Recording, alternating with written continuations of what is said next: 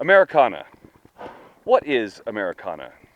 Americana is American culture and American history all wrapped up into one. When you hear the word Smith and Wesson, that is, for a lot of people, Americana. Smith and Wesson to America is like the Old West. It's like the industrial age, 70s cops shows, or even today. Kind of like apple pie and Chevrolet. Except, Chevrolet is now owned by government motors, isn't it? Well, it could be Dodge or Chrysler, but they're owned by Fiat. Well, Ford. Ford might be it because, Ford had their original car, the Model A, which was revolutionary all the way through their existence. And then they had their bad times throughout the, 70s and 80s. And now they're emerging again as one of the top automotive makers in the world with high quality products. And that kind of mirrors what we see with Smith and Wesson. So today, the Smith and Wesson M&P line of guns, their flagship. But we can't talk about those unless we talk about the history of Smith and Wesson leading up to that product. It's a very interesting story. Right here on Brass and Steel Online Gun Magazine.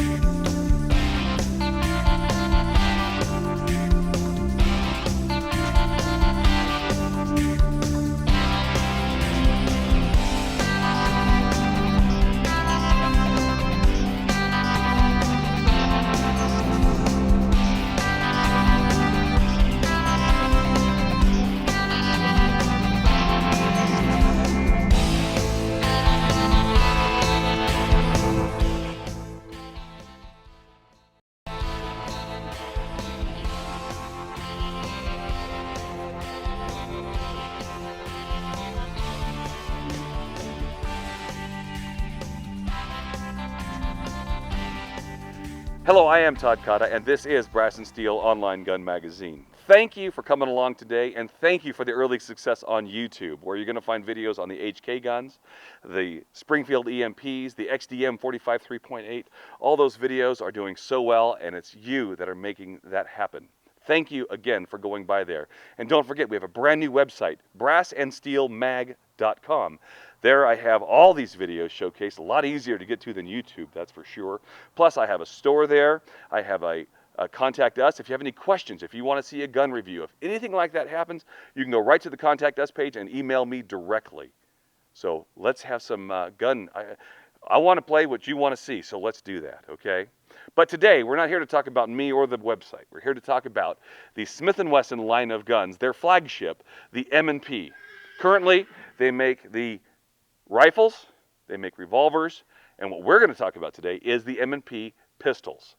The pistols come in 9, 40, 357 SIG, and 45.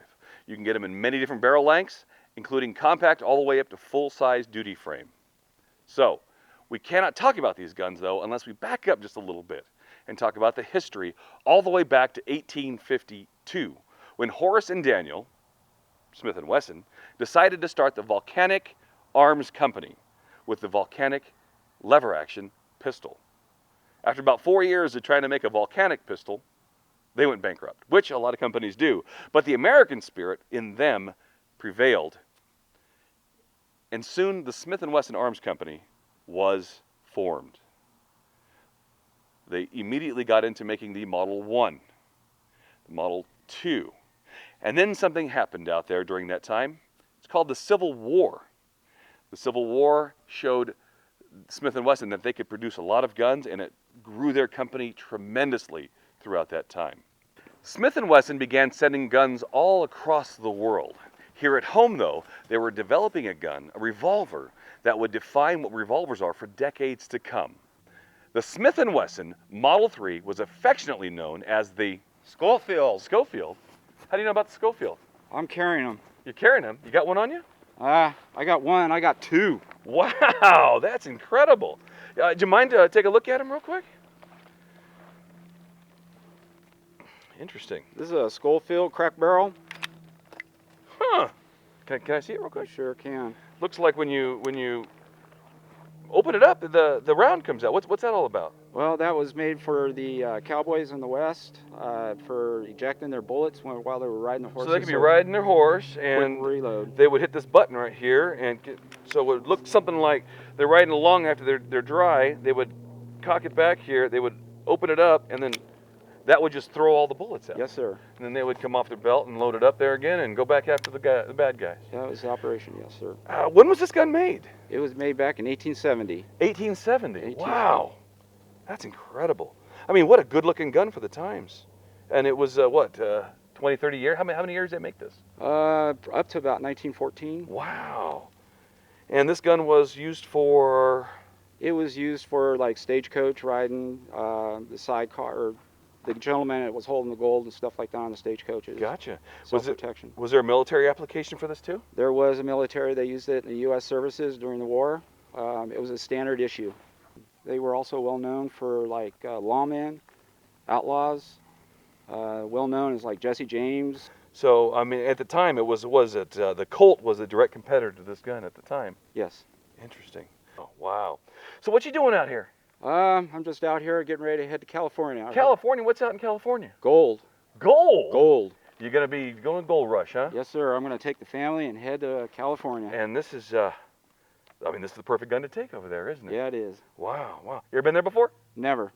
First time. First time. Well, you know, I hear California's real good right now back here in about 1875, okay? But, you know, you got about 75 years of good, maybe 100 years of good California left. So if you're going to go, you better go now. I sure hope so. Well, here you go. Have your gun, and you have a safe trip. Just remember, follow the sunset. We'll keep you going west. Okay, all right, bud? Thank you. All right, have a good day. All right. Hey, hon, grab the 10 kids, chickens. Let's go. We're heading to California.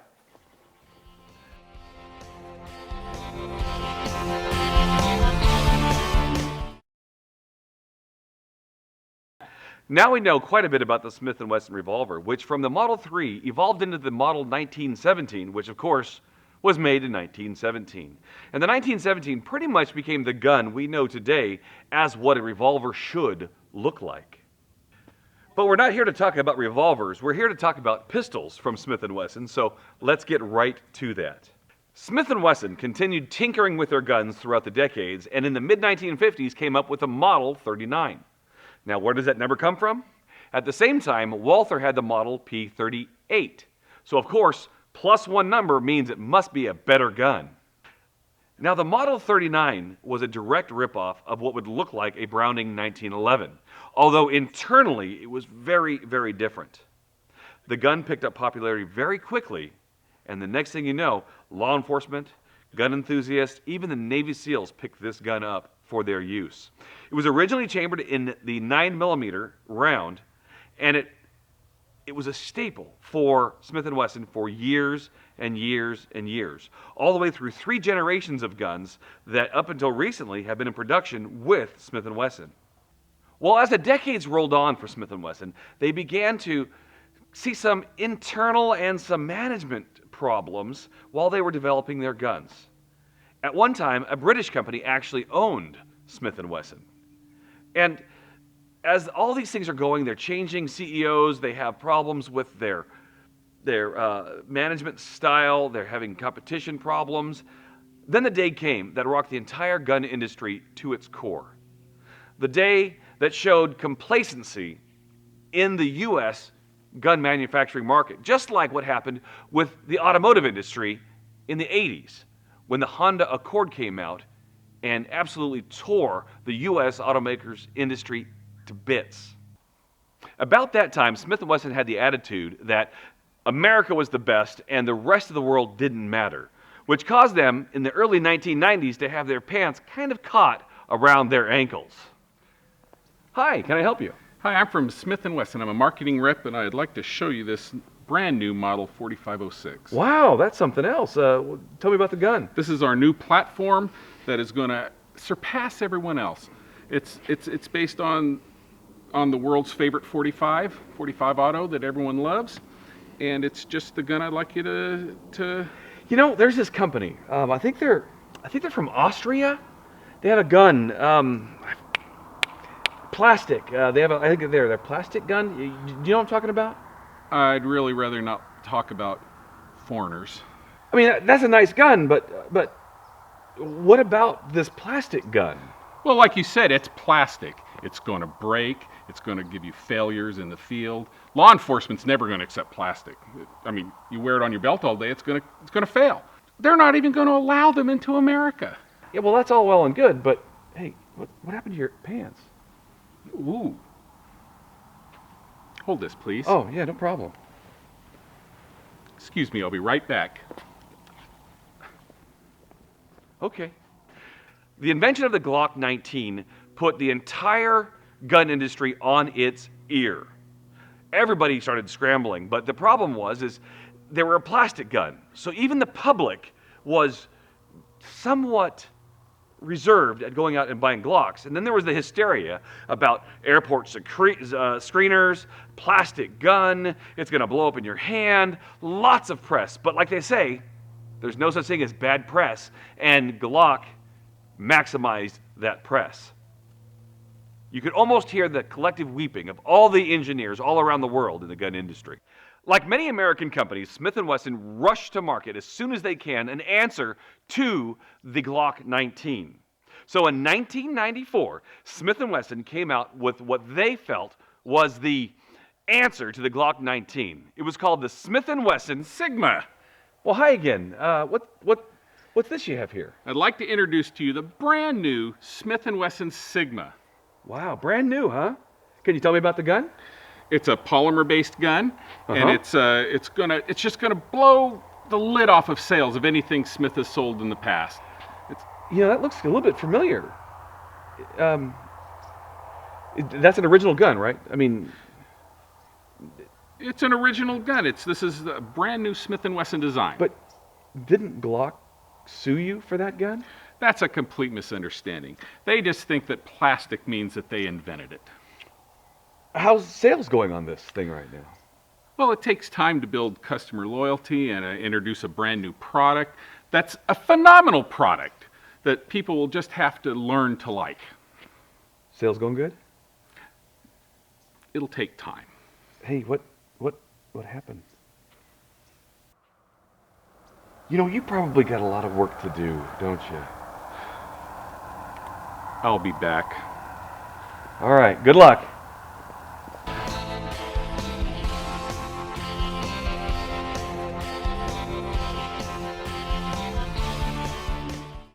With the introduction of Smith & Wesson's Sigma series, it was basically considered irrelevant throughout the gun industry and considered the king turd of all guns out there. I will never forget in 1994 when I was purchasing my first firearm. I had a choice, a Sigma or a 5906. Every gun dealer I went to said, do not buy this Sigma. Here, take this gun instead. I was reluctant to buy a Glock because of all of the bad press that they were getting at the time, and they were somewhat more expensive, so I did buy the 5906, which, fantastic, that was a Gen 2 Model 39. It's basically what that was. While Glock was starting to see unprecedented growth, Smith & Wesson wasn't doing so good. They were seeing declines in their pistols. They were seeing declines in their quality. They were going through management changes.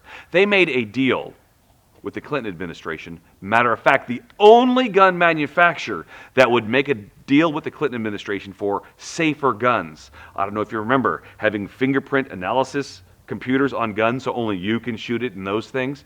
Of all the gun makers in the world, Smith & Wesson was the only one to do it.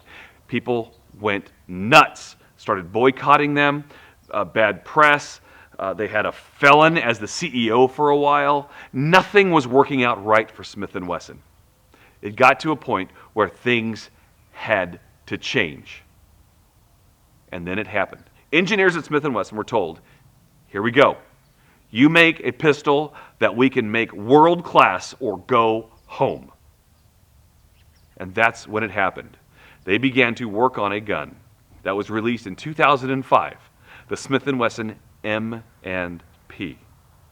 That gun would set the new bar for guns out there, price point, and for options. No Glock ever had interchangeable grips on their guns for different size hands. This one did. This one actually has two different compounds that you can hold on to in the grip for better grip. The slide was contoured on the M&P versus what the Glock would have is that square blocky look, which many people consider, frankly, ugly. They had different options and features that no other gun could match at the time. And Smith and Wesson did bring out a very relevant firearm to the market. Now that gun is in lots of different configurations, all the way from 9, 40, 357, 45, 4.5 inch, 3.5 inch, all different kinds of sizes of barrels. I personally own the Smith and Wesson Model 40C, which I dearly love, and I've mentioned it before. What we're going to talk about in just a little bit, though, is the Apex trigger system that's available for it, which makes it even a more incredible gun. Right now, though, here's what I want to do. My good friend Jose came out with me to the range. We put my gun to the test, and what we did was he had a brand new 40C stock everything. Then we put about 100 rounds through that. He'd never shot an M&P before in his life. Then I gave him my 40C with the Apex trigger system, and I asked him, just shoot it and let me know what you think. It's kind of fun to watch. So I tell you what, let's watch that right now, and when we come back, we're going to talk about the Apex trigger system.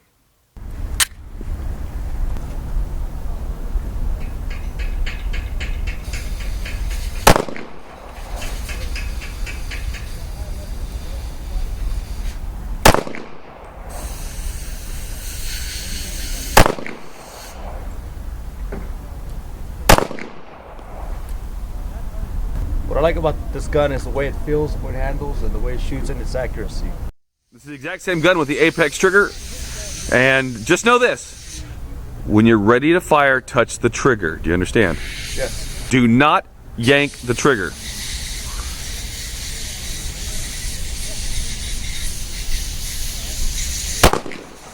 Wow.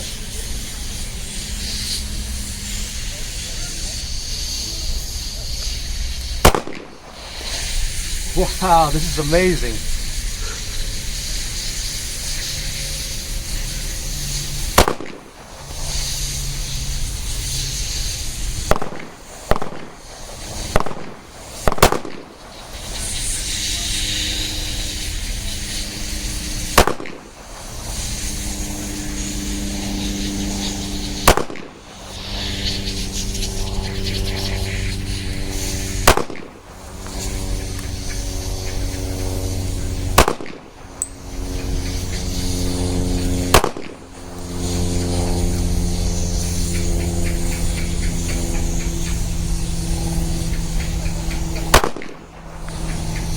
What do you think?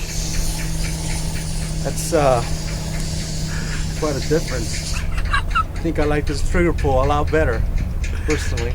What do you think the biggest difference is? Just so much easier to shoot with this one. Can you feel the trigger reset? Yeah, you can totally feel it. You know where, as soon as it clicks, you know you're there. Now let's go take a look at You just your barely pattern. squeeze it, and you're in the right on target. The first target we're going to show right now is the target you just shot with the Apex. At 7 yards, there was the 10 rounds with the Apex trigger. Now we come over here to the same thing with the regular stock trigger from Smith and Wesson. Well, as best as I could do it, that is Jose shooting those two guns, and that was his genuine reaction to that trigger system. Randy at Apex over in Los Osos, California, sells his products on Brownells and on Midway. You can also call him up directly and he can direct ship those things. But the Apex trigger system is probably one of the best additions to a gun I have ever seen. And it's not because of vanity, but you can see how the trigger groupings come in better. It's not recommended for concealed carry, although I do. The best trigger safety that I know is you digit right here. So if you are thinking about it, if you own an M&P, the triggers are fine. Matter of fact, here's a picture of what I shot at 10 yards with Jose's gun. This is a picture of what I had shot, and you can see where he was shooting, but I shoot a little bit more than he does. There's a little difference. But That's what you get when you do that. Now, you don't have to buy the whole package, but one of the things I do recommend is some of the other parts he might have.